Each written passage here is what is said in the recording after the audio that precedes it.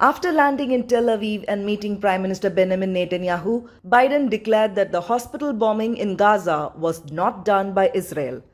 I was deeply saddened and outraged by the explosion at the hospital in Gaza yesterday.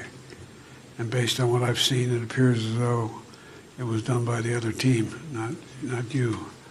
Biden's current trip to the region amid the ongoing war between Israel and Hamas has escalated the situation with the Al-Ahli hospital bombing in Gaza that left at least 500 people dead.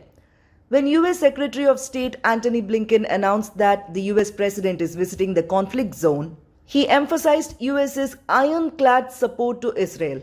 Biden, in his efforts to calm down tensions in the region, was also scheduled to meet Arab leaders in Jordan.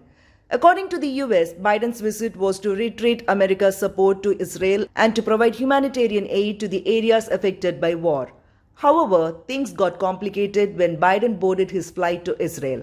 On October 17, Al-Ahli Arab Hospital in Gaza, which was filled with war casualties, was struck by an airstrike. There was global outrage over the bombing of the hospital, and also large-scale protests were held outside Israel and US embassies.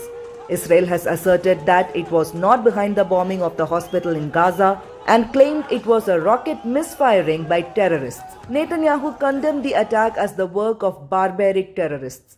However, the Palestinian ambassador to the UN, Riyad Mansour, called Netanyahu a liar. This incident, compounded by the blame game, caused Arab leaders to cancel meetings with Biden.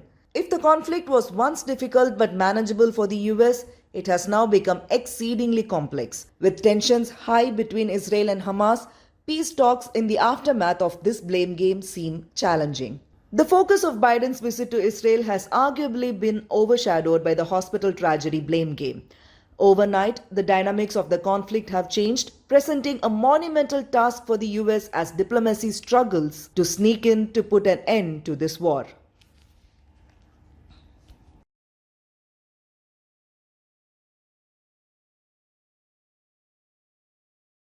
Subscribe to the Federal's YouTube page for more news and updates.